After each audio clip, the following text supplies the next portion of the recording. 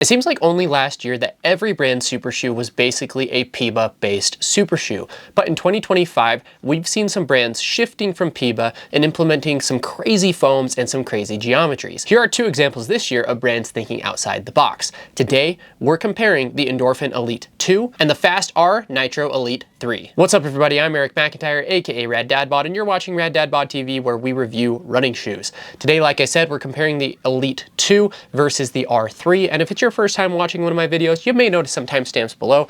Feel free to jump around to the various parts of the review, but if you do so, I would sure appreciate if you come back and watch the full thing when you get a second. And if you've been a viewer for a while, but you haven't yet hit that subscribe button, please consider doing so today and turning on notifications so you get notified every time I drop a new video. Now, to kick us off, some quick disclaimers and disclosures are that I actually paid for both of these shoes, well, kind of.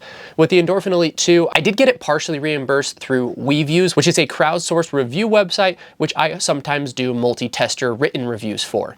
That being said, I did pay with my own money other than that, and with the R3, I did pay fully out of pocket. Now, I have received shoes from both Saucony and Puma before in the past, but when I do receive shoes for review, I'm never paid, never given talk tracks, talking points, never obligated to include them in any specific content, and no one watches my content beforehand. All thoughts are entirely my own.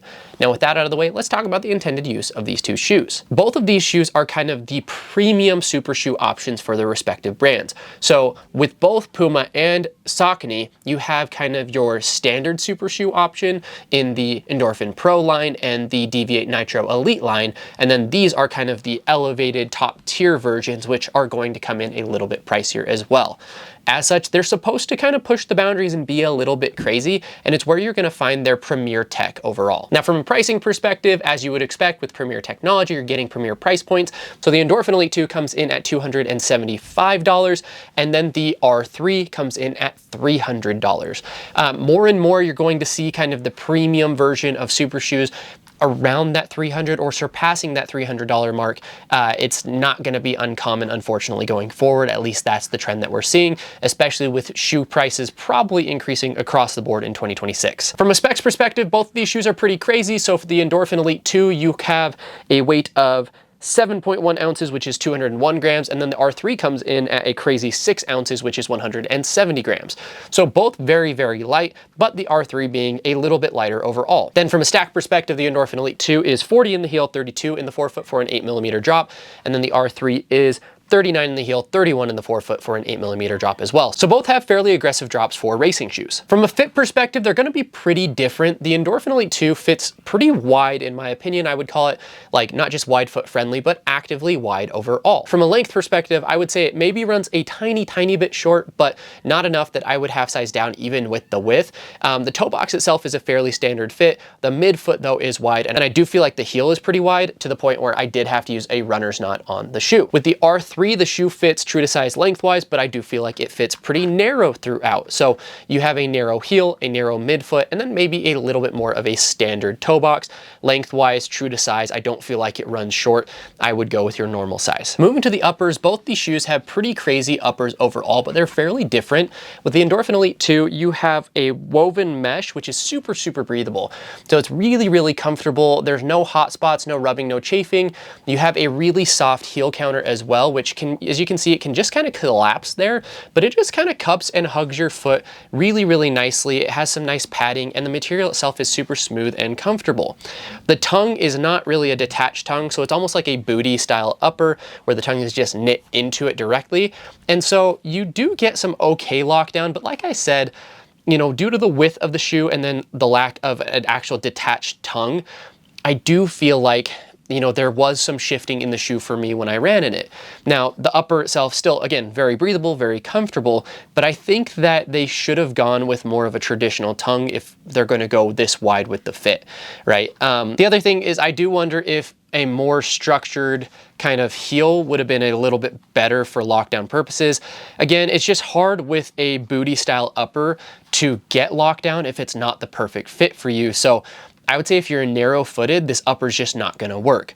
But overall, it is a very comfortable and premium feeling upper. And I wish that my foot was a little bit wider so it was more locked down for me overall. Moving to the R3, you have the Ultra Weave mesh with the power tape overlays kind of in the heel, as well as there in the lacing area, just for some fortified areas.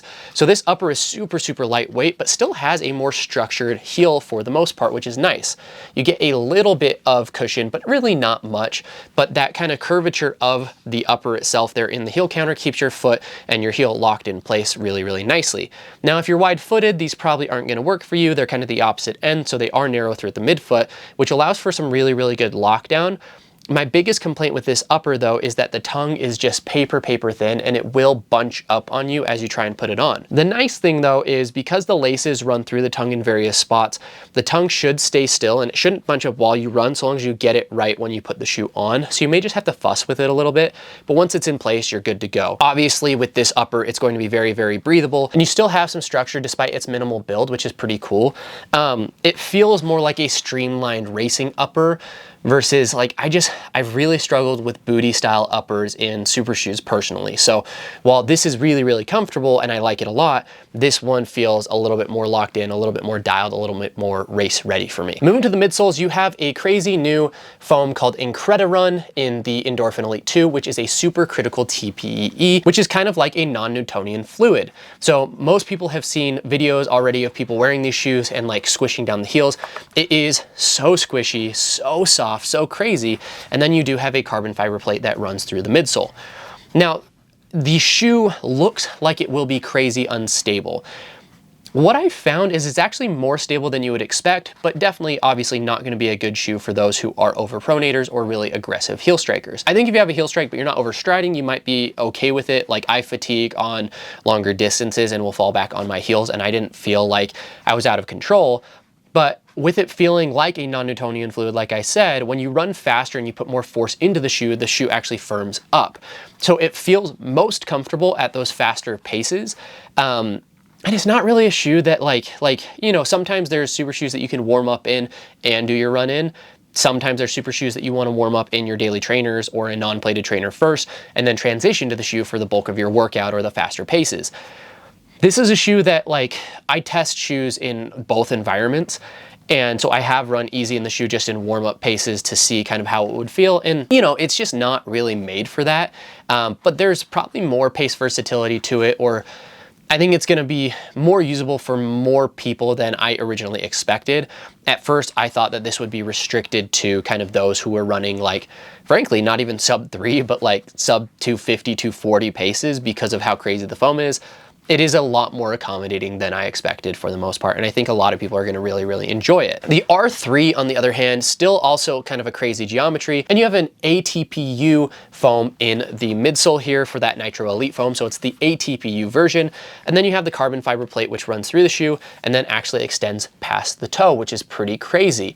Now, same thing with this shoe. I expected it to be fairly unstable because of that medial cutout there. But surprisingly, the shoe is more stable than you would expect, just because it is a slightly, not firm foam, but firmer in as far as like other super shoes that are on the market right now.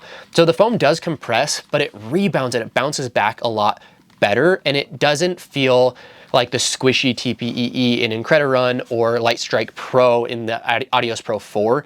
It feels closer to like the, you know, beaded TPU foams, something along those lines, where they have more structure at a standstill, but then when you run in them, they just explode off the ground. So really, like, this is more stable, same thing than I expected, still not a shoe I would recommend for overpronators, was more accommodating to various paces for me though. So like, yeah, it felt best at fast paces, it felt best at like short, fast intervals, but like even the warm-up paces felt really, really smooth. I just felt crazy efficient in the shoe, period, right? So the other thing is that extension, or that extended carbon fiber plate, it really does feel like it's propelling you and launching you forward, kind of like a catapult, right?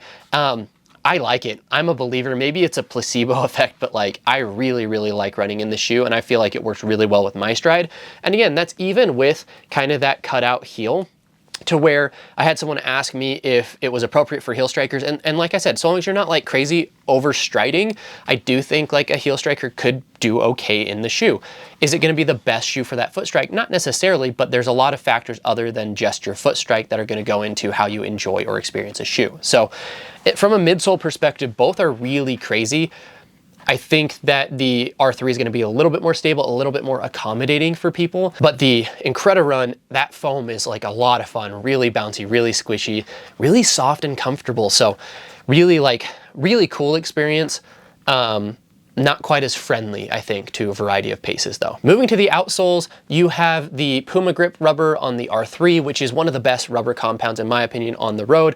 Super grippy, really does actively grip the road. You're not gonna be slipping around despite potential rain or anything on race day. I would not be concerned at all with this rubber underfoot. Similarly, the PowerTac rubber, super thin on the Endorphin Elite 2. I feel like it actively grips the road, does a really good job. And just like the subtle cutout or texture in it gives it even an extra edge to just grip the road. It gives it something to basically grab onto. So both of these outsoles are great. I think I would lean towards the Puma grip, but I would not be concerned in either of these shoes.